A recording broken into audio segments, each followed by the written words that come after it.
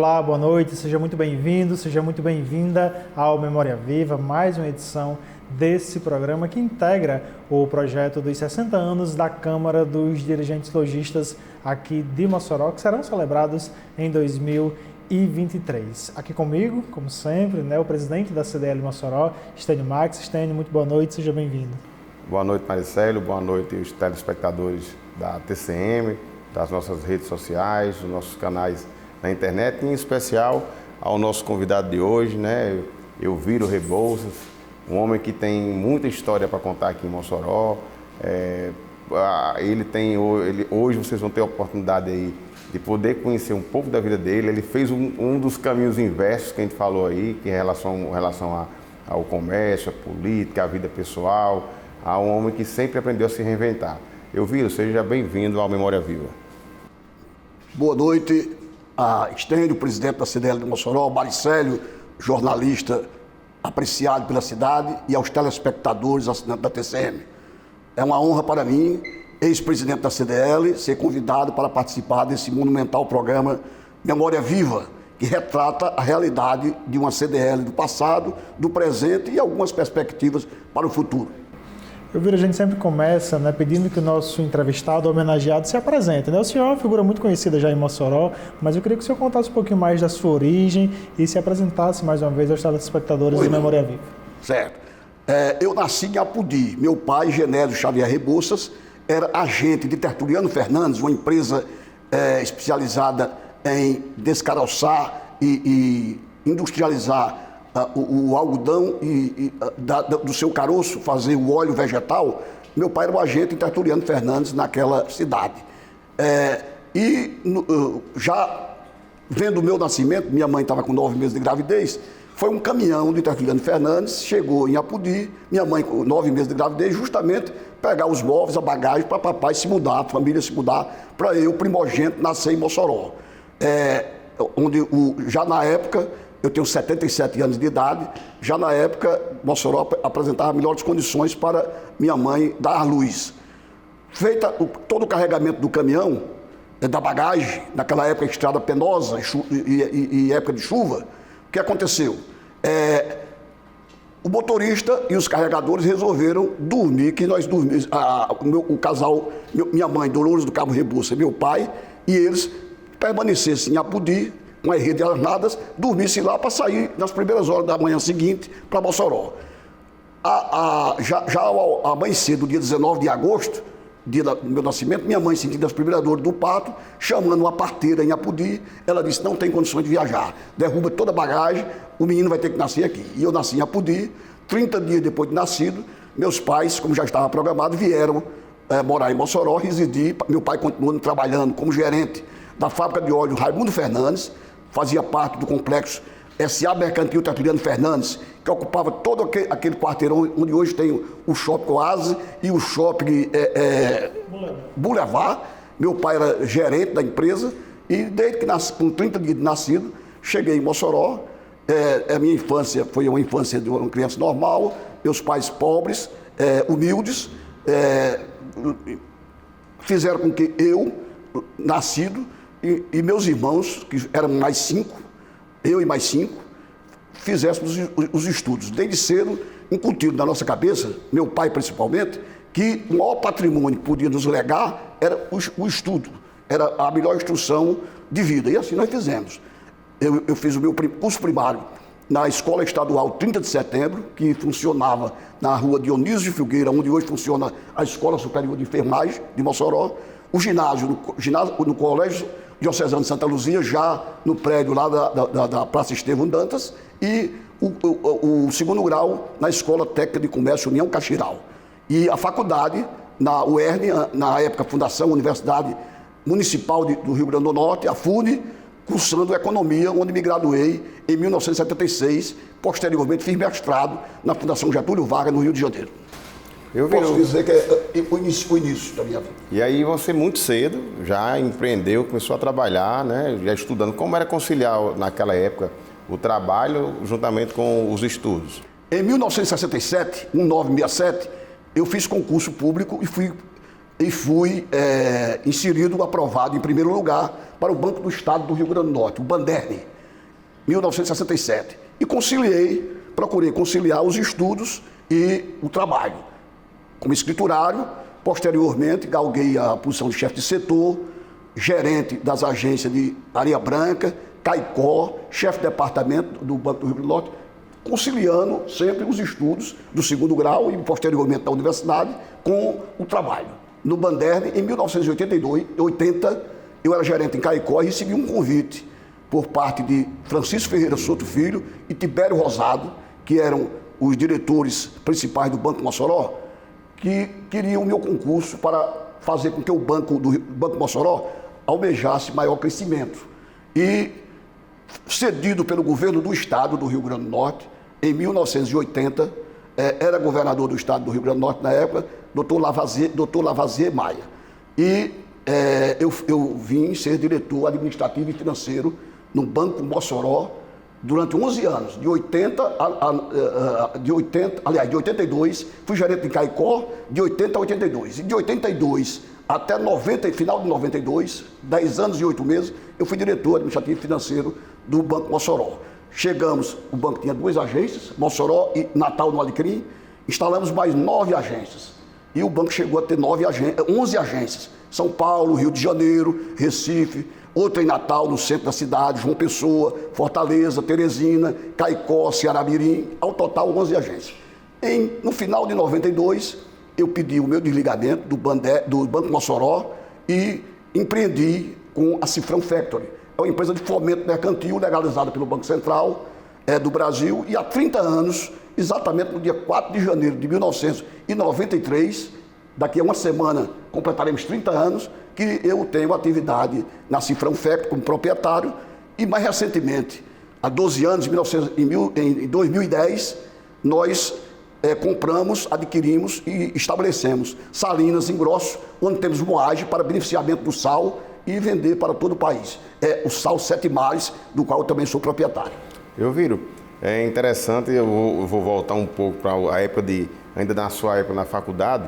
Você tem também um outro dom, você gosta muito de identidade de classe, né? É verdade. E aí você vereador aí por vários grêmios, desde do ginásio até a faculdade. Conta um pouco pra gente essa sua história também, política na estudante também, né?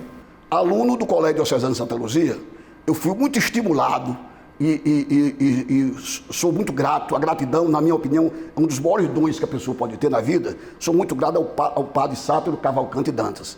Ele me incentivou em 1963, estava desativado há quase 10 anos o Grêmio Litero-Cultural Santa Luzia, que era para reunir um grêmio onde tinha atividades esportivas, sociais e culturais e reunir a estudantada do Colégio Santa Luzia. Naquela época, o Mossoró praticamente só tinha primeiro e segundo grau. Estava nascendo em 63 um embrião do que seria a nossa Universidade Estadual do Rio Grande do Norte, através da FUCITEC, Fundação para o Desenvolvimento da Ciência e da Técnica de Mossoró, encabeçada pelo Dr. João Batista Cascudo Rodrigues, de saudosa memória. O Padre Sato me estimulou, em 63, para eu ser presidente e recriar, fazer funcionar o Grêmio Santa Luzia. E eu fui alçado à presidência, escolhi pessoas do nosso nível competentes que pudessem nos ajudar e revitalizamos o Centro Estudantal Mossoroense. Em 65, 2 anos depois, havia uma disputa para o Centro Estudantal Mossoroense. O Centro Estudantal Mossoroense agregava a estudantada não só do Colégio Santa Luzia, do Colégio Estadual, da Escola Normal, da União Caxeiral, do Ginásio Sagrado Coração de Maria, que hoje é Colégio Sagrado Coração de Maria, do Ginásio Municipal, que era dirigido pelo Monsenhor Raimundo Gugel, também de saudosa memória, o Colégio Haroldo Gugel, que funcionava no Alto da Conceição, que foi realizado pelo padre Flávio Jerônimo, também de saudosa memória, e era a estudantada toda de Mossoró. Houve uma disputa, eu ganhei a presidência do Centro Estudantal Mossoroense, por uma margem muito apertada, e presidi o Centro Estudantal Mossoroense. Posteriormente, fui presidente do diretório acadêmico da Faculdade de Economia, da qual eu fazia parte, também na universidade, na antiga universidade. Fui presidente do Rotary Club de Mossoró, da CDL, é muito orgulho para mim, E atualmente eu faço parte do Conselho Consultivo da CDL e sou o primeiro vice-presidente da Associação Comercial e Industrial de Mossoró. Enfim, esses cargos. Recentemente, a convite da prefeita Rosalba Ciarline, em 2017, eu exerci por 4 anos a presidência da Previ Mossoró, do Instituto de Previdência dos Servidores do município de Mossoró, também com muito orgulho e muita satisfação. É mais ou menos o roteiro de minha vida nessas entidades de classe e agora, mais recentemente, na passagem pelo Previ. Então esse espírito de liderança sempre esteve presente no senhor, desde cedo. Sempre eu fui estimulado, ajudado e as pessoas...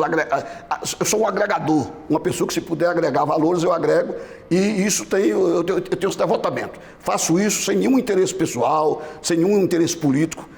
A política aristotélica é aquela que você pode servir a coletividade e receber dessa coletividade os mesmos serviços. E eu me imponho nessa condição. Não tenho nenhuma pretensão política, apenas no sentido de fazer o melhor para os outros e esperar que, na hora que a comunidade, na hora que a municipalidade, o Estado, o Brasil estão crescendo, eu cresça com eles também. O senhor falou em política, daqui a pouco a gente fala mais sobre esse assunto, porque o senhor teve uma experiência na Câmara de Vereadores aqui de Mossoró, naquela época em que os vereadores não eram sequer remunerados. É isso? A gente traz mais detalhes daqui a pouquinho, Elvira, fica por aí.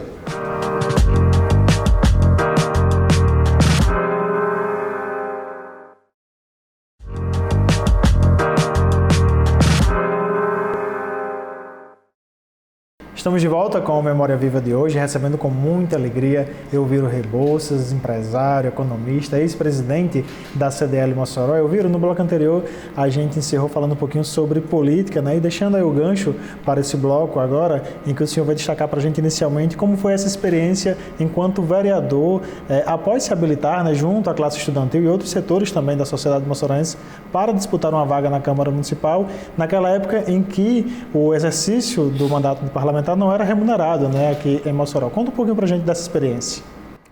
Em 1966, eu tinha 21 anos de idade. Então, estudando no Colégio Santa Luzia, eu fui estimulado, tinha terminado a minha administração no Centro Estudantal Mossoroense, mandato de 1 ano naquela época. E eu residia na casa dos meus pais, na Avenida Alberto Maranhão, onde hoje é o shopping Oasis. Tinha a empresa Tertuliano Fernandes e a casa do gerente. E meu pai, sendo gerente, nós residíamos lá. E chega o senador, na época, candidato a deputado estadual, doutor Duarte Filho. Um moçoroense valoroso, também já está na eternidade. Muito amigo do meu pai. E tinha havido a Revolução em 64, 31 de março. E havia o bipartidarismo no Brasil. A Arena, que agregava quase toda a classe política, e o MDB. Doutor Duarte era da Arena. Entrou na minha casa, sem marcar conversa com meu pai, mas tinha amizade para tanto.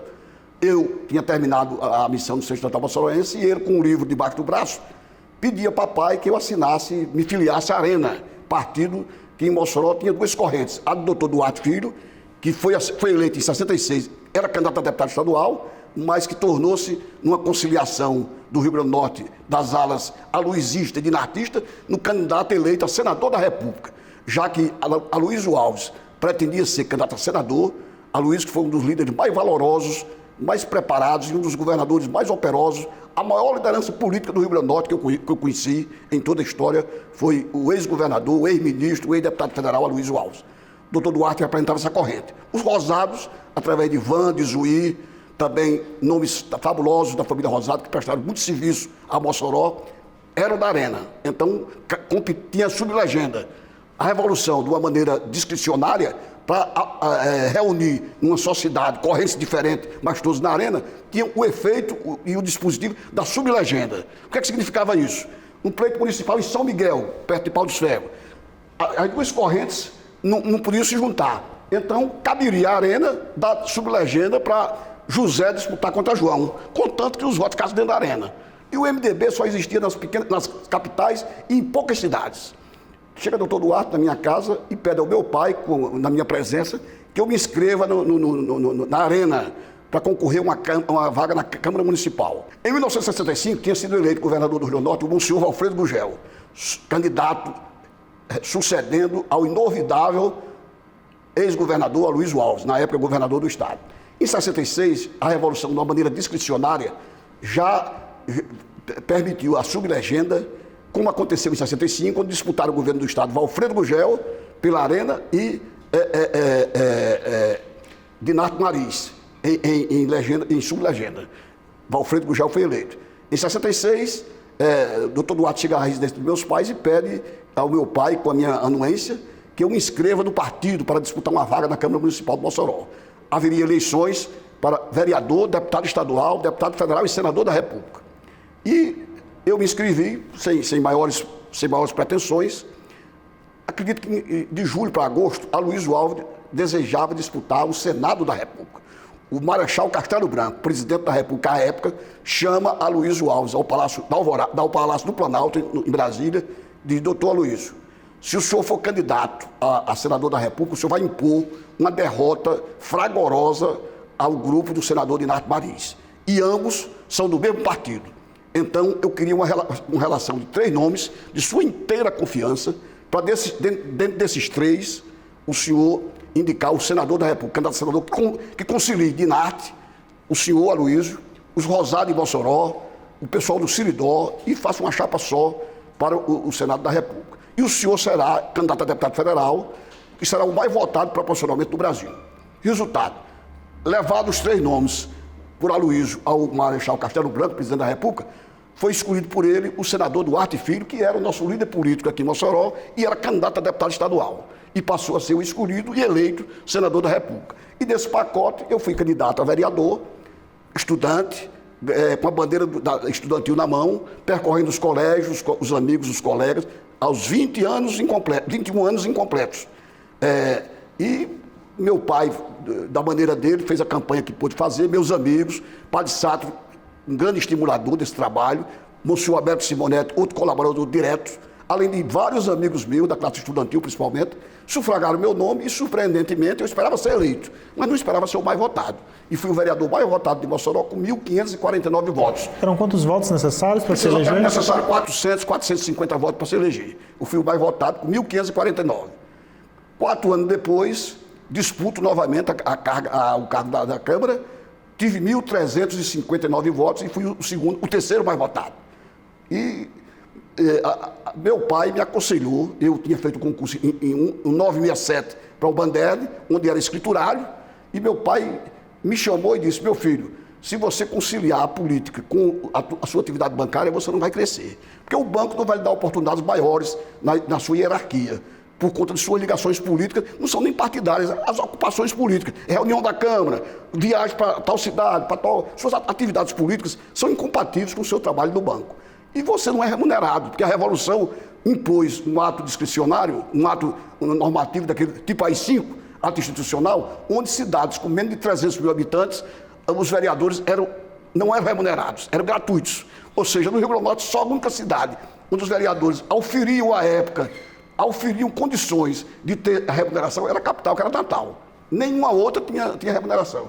E eu ouvi os conselhos do meu pai, embora sendo um aficionado pela política partidária na época, hoje o tempo já mudou, eu estou mais maduro e estou me dedicando inteiramente às minhas atividades profissionais, e ouvi o conselho do meu pai, não disputei a reeleição, o terceiro mandato, não fui mais candidato, tenho aproximação, ligações de amizade com todos os políticos de Mossoró, sou ligado politicamente, indistintamente a um a outro, tenho uma amizade pessoal que aprecio bastante, que é da ex-prefeita Rosalba Ciarline, com Carlos Augusto Rosado, são meus amigos pessoais, como me dou bem com todas as correntes políticas, não tenho nenhum problema de vinculação, de qualquer problema de imbróglio, de dificuldade de relacionamento com qualquer corrente política. Acompanho a política atentamente, mas como um observador da política.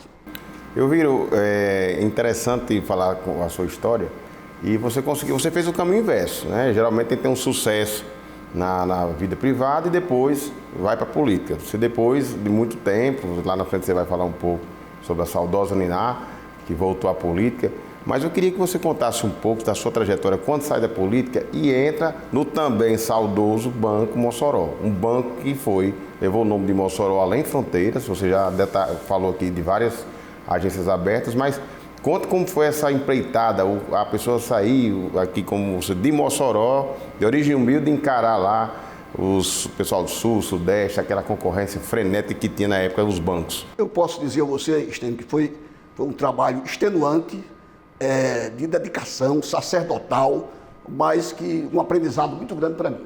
Realmente eu cheguei no Banco Mossoró, banco pequeno, tinha acabado de abrir há 2 anos uma agência do Alecrim em Natal. Só era conhecido em Mossoró. E tinha uma agência em Natal, no bairro uma agência acanhada, no bairro do Alecrim, e junto com o Tibério, principalmente, o Tibério Rosado, nós insetamos um crescimento em 11 anos impressionante. Fomos obrigados a abrir uma agência em Recife. Por que Recife? O Banco Central do Brasil tem delegacias regionais.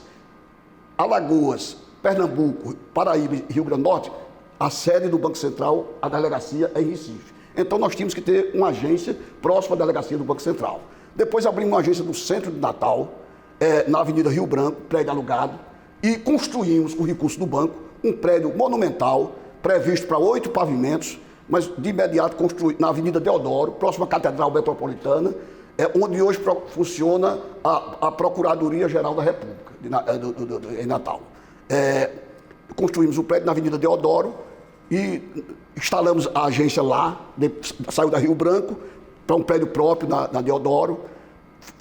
Instalamos a agência em Fortaleza, em Caicó, em Ceará-Mirim, onde a cana-de-açúcar prevalecia o negócio da cana-de-açúcar, em João Pessoa, em Teresina, no Rio de Janeiro e em São Paulo. E convivemos, tanto eu quanto o Tibério, na FEBRABAN, na ABBC, que é a Associação Brasileira dos Bancos Comerciais, da qual eu fui diretor também, a ABBC, e na FEBRABAN chefiei uma comissão da FEBRABAN. Então, a convivência com os grandes banqueiros nacionais, Banco Safra, Bradesco, Banco Itaú, na época Banespa, nos proporcionou um aprendizado rico, em seminários, em debates, em convenções. Eu ganhei muito culturalmente e para o meu desenvolvimento na área financeira, evoluí bastante com a companhia dessas pessoas, dos diretores dos grandes bancos. Então isso foi enriquecedor para mim, embora muito extenuante. Um banco pequeno no meio de tantos bancos importantes do contexto nacional. Então foi importante para mim. Em 92, eu resolvi me desligar do Banco Mossoró e abrir a Cifrão Factor.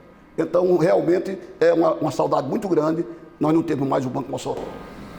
E é sobre a Cifrão que a gente vai falar um pouquinho mais no próximo bloco. Fica por aí. Daqui a pouquinho o Memória Viva de hoje está de volta.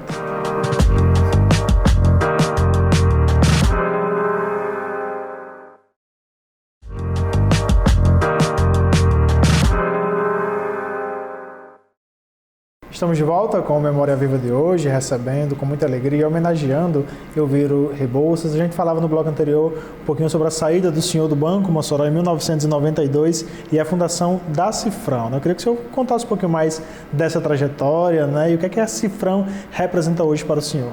Porque a minha saída do Banco Mossoró, depois de um trabalho tão extenuante, devotado, sacerdotal, saindo de casa às 8 horas da manhã e retornando muitas vezes depois das 8 da noite, sem almoçar, ou quando almoçava no próprio banco, isso durante quase 11 anos.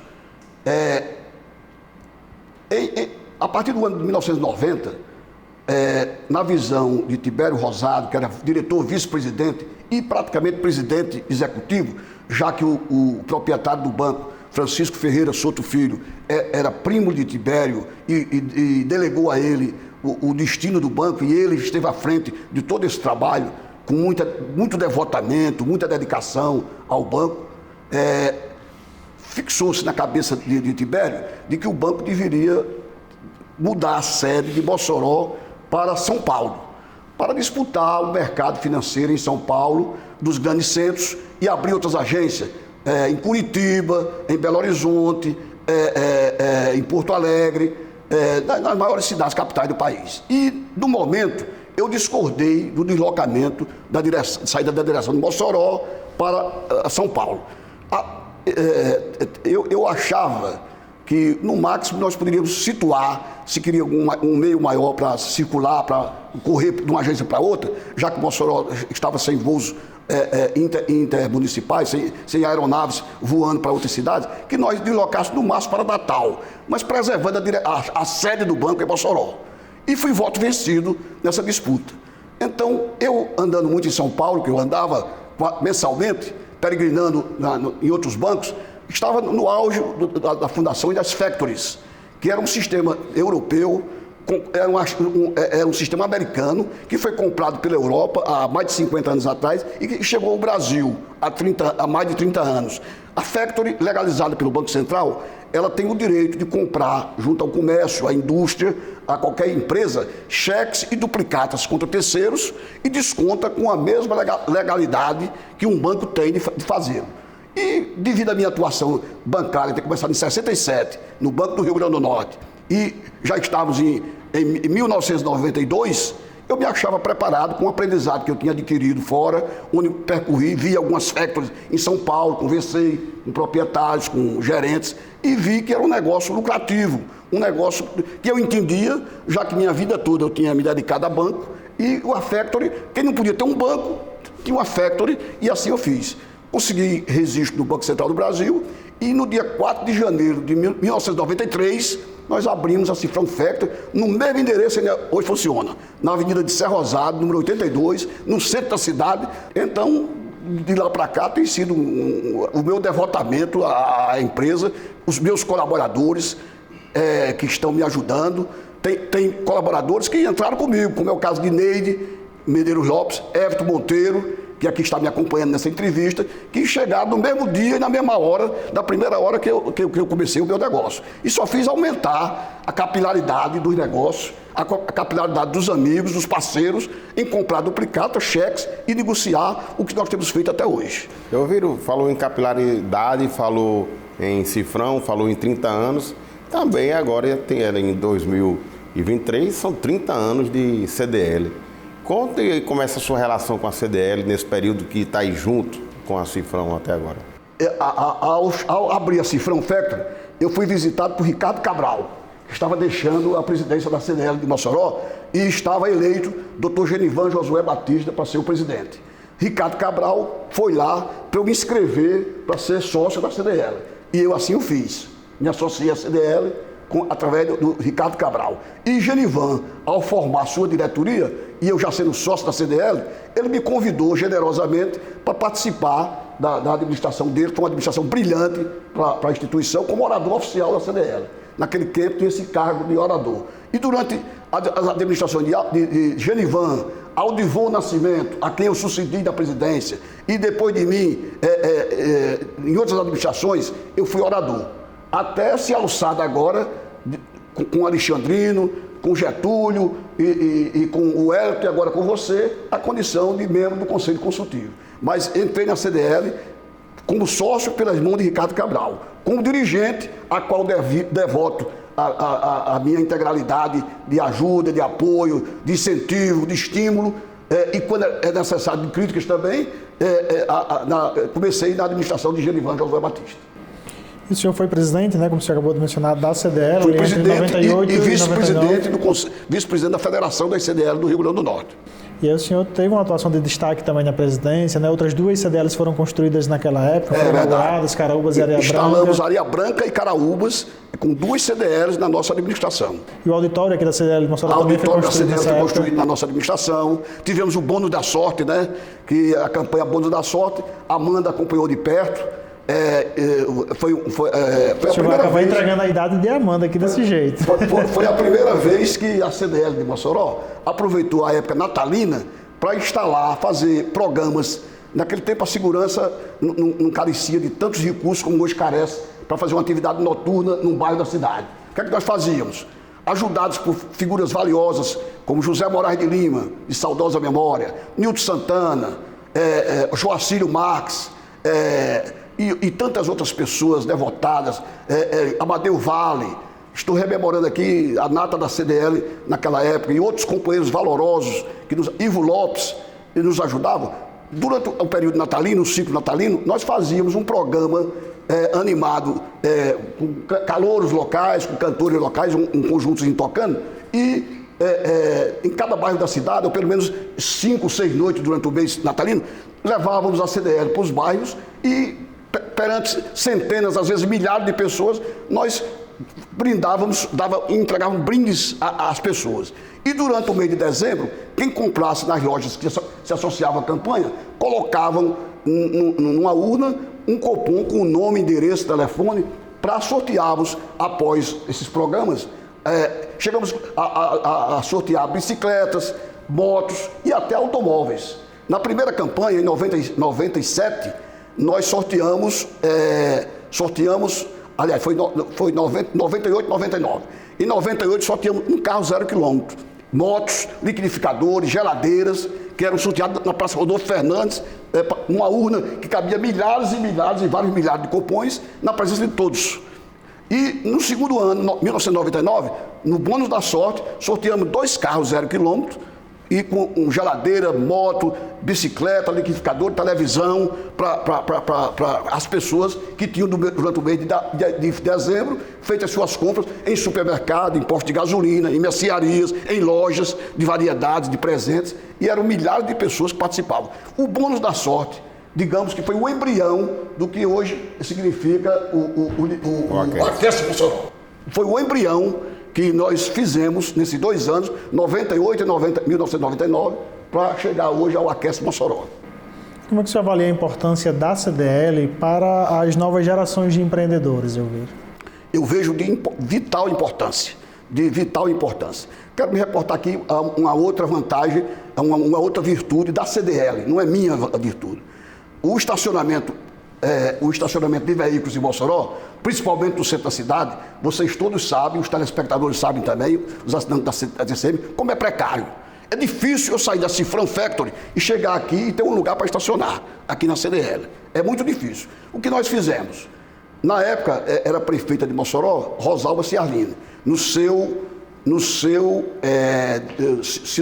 segundo mandato. E havia na CDL, nas reuniões semanais, muitas reclamações por parte do diretor com relação ao estacionamento.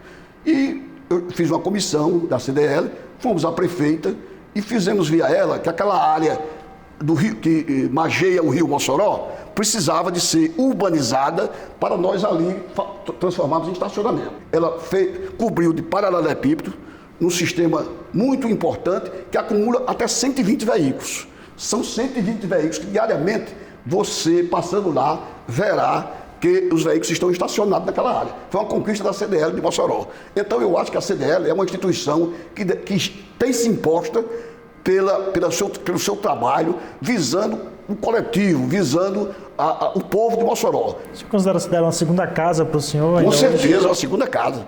Eu me sinto aqui como se eu estivesse no meu estabelecimento de trabalho ou na minha própria casa. É tanto que é o primeiro entrevistado que fez questão, né, de estar aqui conosco, aqui na CDL. Eu vejo como é que você enxerga a CDL para os próximos anos, né? Essa modernidade, você acompanhou a gente tendo que fechar, né, infelizmente aqui, mas aí veio o modo híbrido, virtual. Você é um cara muito antenado. Como é que você vê a CDL do futuro? A CDL do futuro tem um papel reservado a ela, preservado para ela, que eu considero auspicioso e inteiramente hospitaleiro. Ela precisa e deve se impor com um órgão de classe vivo como ela é, no sentido de defender as causas, não só do comércio, não só da indústria, não só do empresariado local, mas também como um órgão representativo da coletividade, do povo. Mossoró tem 310 mil habitantes e encontra na CDL um órgão de ressonância que possa levar os anseios, os mais altos gemidos do povo a ser atendido não só pelos órgãos governamentais, em termos municipais, estaduais e federais, como fazer brilhar os anseios e os auspícios da cidade de Mossoró. Elviro, vamos falar mais um rápido intervalo, um breve intervalo, daqui a pouco a gente volta falando um pouquinho sobre família também no nosso último bloco.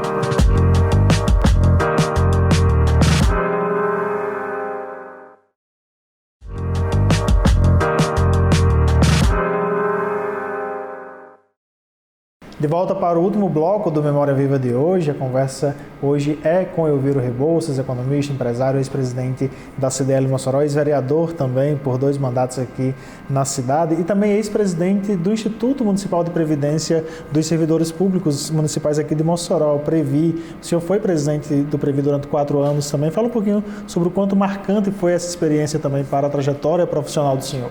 Mais uma vez, eu posso dizer que é uma experiência, para mim, de muito trabalho, de muitas preocupações, responsabilidade, que graças a Deus não me falta na vida, essa responsabilidade. Eu não queria aceitar o cargo. A prefeita Rosalba, que, como eu já disse anteriormente, é minha amiga pessoal, independente de política, foi a Cifrão e me convidou. Ela me convida para ser presidente da Previ. Aí eu fiz ver a ela da minha impossibilidade. Pelos meus negócios, eu não tinha condições de assumir o cargo. E ela, parece que estou vendo, pedindo um café e me dizendo que não tinha plano B para a Previ. O plano era A e era exclusivamente meu. E Rosalba, como amiga há mais de meio século, ela e Carlos Augusto, acompanharam de perto, solidariamente, um calvário pelo qual eu já passei na vida. Durante 3 anos, minha esposa inesquecível, Niná, oriunda do Açu, mas formada em pedagogia por Mossoró, na UNE, onde eu conheci ainda na Escola Normal de Mossoró, nós somos amicíssimos. E Niná, doente de câncer, de 2007 a 2010, tratava-se, fez 2 cirurgias no Hospital Sírio-Libanês em São Paulo. E Rosalba, nessa época, era senadora da República e deixava ao lado de Carlos Augusto o casal, se deslocava o casal para São Paulo para acompanhar essas cirurgias. Ela, por ser médica, tinha inclusive acesso à sala de cirurgia e, embora não participasse do ato, mas vinha de 1 hora em hora, de 2 em 2 horas, me comunicar a evolução das cirurgias que estavam sendo realizadas. E só saía de São Paulo quando Niná já estava no apartamento em processo de restabelecimento. E esse favor você nunca paga na sua vida. Você deve levar para o túmulo. Eu falei anteriormente que a gratidão é um dos sentimentos mais nobres que eu sinto e que eu acho que as pessoas devem ter. E ao ver Rosalba com lágrimas nos olhos, dizendo que não tinha um plano B para Previ, eu confesso que meu coração imediatamente abrochou e eu não tive como dizer um não a ela. Nunca passou da minha cabeça exercer esse cargo.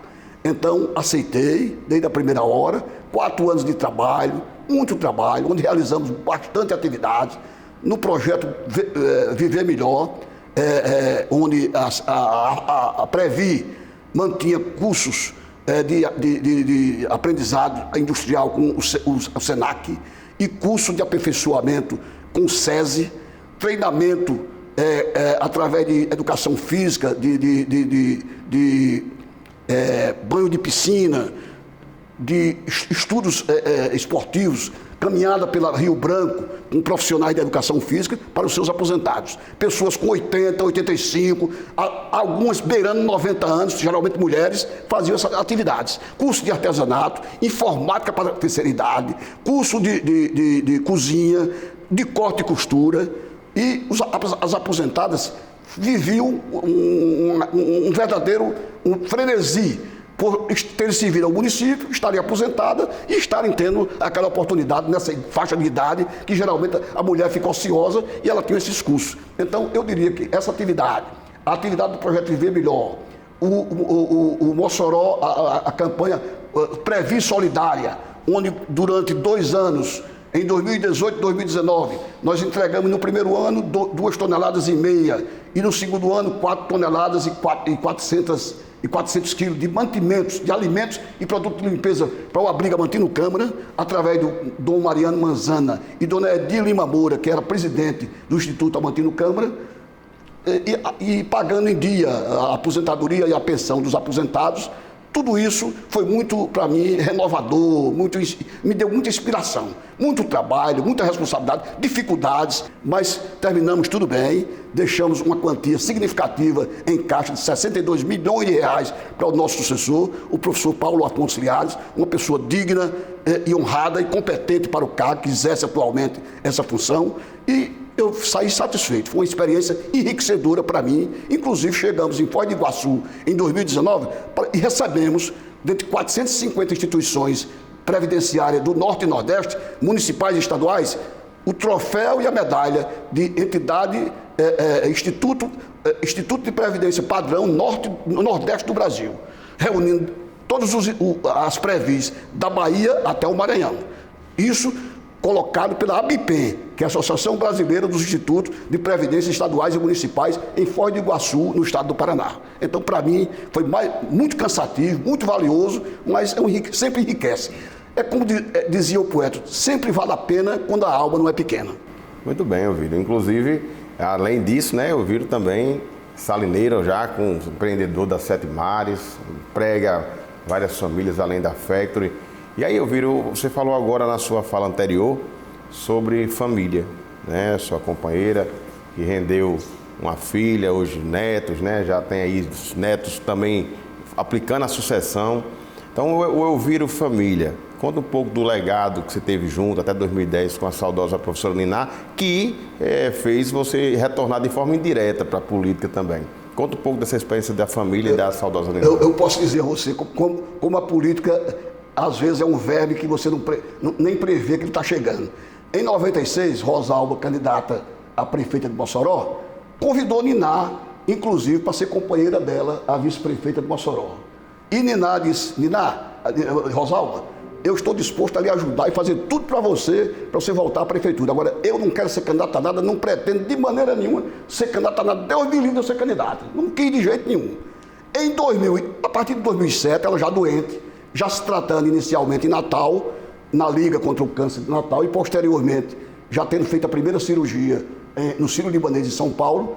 Ela era secretária de Educação do município por 11 anos, nos governos de Rosalba e de Fafá Rosado. Ela foi estimulada pelas professoras, pelo pessoal da Secretaria de Educação do município, a ser candidata a vereadora em 2008. Contra inteiramente a minha vontade.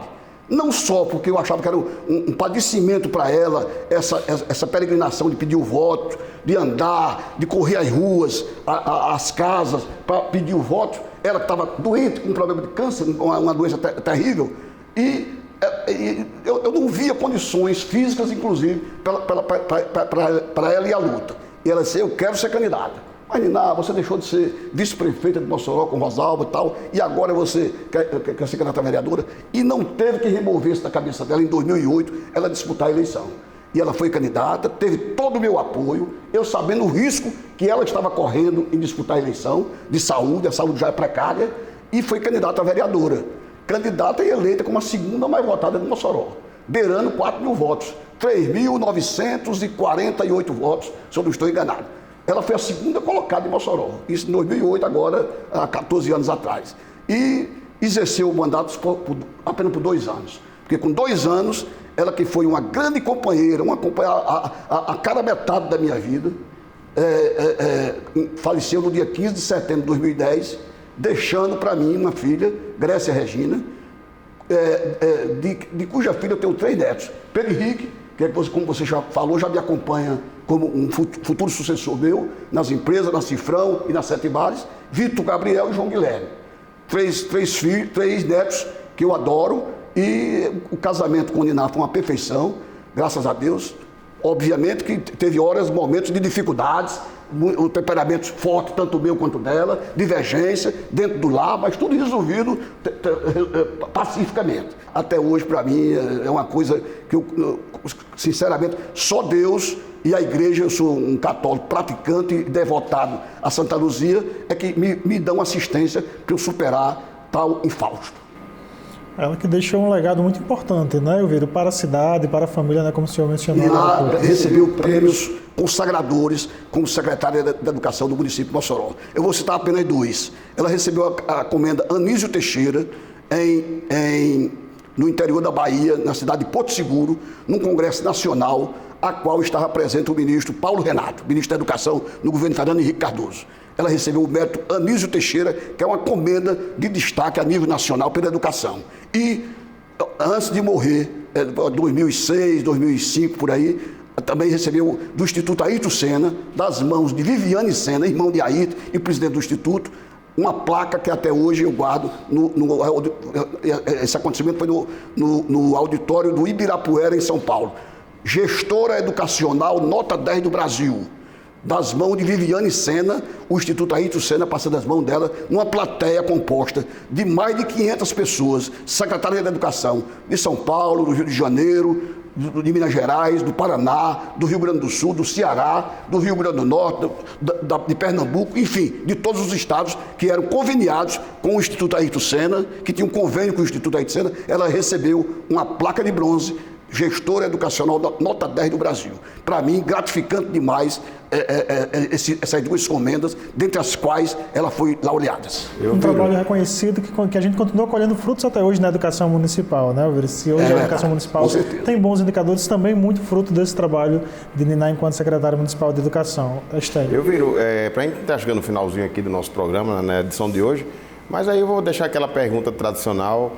Como é que você enxerga o futuro das suas empresas aqui, daqui a alguns anos, né, dessa questão que veio aí, pandemia? Como é que a Elvira enxerga a economia e o futuro das empresas da Cifrão e das Sete Mares? Realmente, Stênio, depois de 2020, com a pandemia, tudo mudou, né?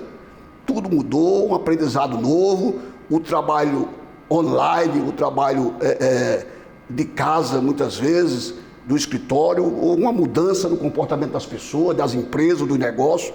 Isso ainda não voltou ao normal, essa aqui é a verdade. Não voltou ao normal, nem no comércio, nem na indústria, nem no serviço. Mas eu espero a continuidade do nosso trabalho. A gente vai envelhecendo, as empresas deverão ser perenes, as pessoas passam. O meu exemplo, o meu trabalho, o meu devotamento, vai chegar um dia em que eu não terei mais condições de fazer acontecer no nosso negócio. Eu espero que as pessoas que me ajudam na empresa e meus netos, que haverão de me suceder, deem continuidade e expansão a tudo isso. Quem sabe daqui a 5, 10, 20 anos, eles deem prosseguimento a essa empreitada toda, que não foi de graça que nós chegamos até aqui. Foi com muito trabalho, vencendo obstáculos, dificuldades e esgotamento físico e mental, muitas vezes, para poder superar tantos obstáculos, tantas vicissitudes pelas quais nós passamos. Elvira Rebouças, muitíssimo obrigado pela participação aqui no Memória Viva, por compartilhar conosco essa bela história de vida, essa bela história também profissional. Muito obrigado. Muito obrigado, Anacélio. Muito obrigado a Stênio e a todos que fazem a TCM, aos telespectadores, os assinantes. Desejar um ano de 2023 venturoso, cheio de muitas alegrias, saúde, paz e muita prosperidade para todos e para cada um. Muito obrigado. Boa noite a vocês, um feliz ano novo. Nos encontraremos no próximo Memória Viva com muitas novidades. Até o próximo encontro.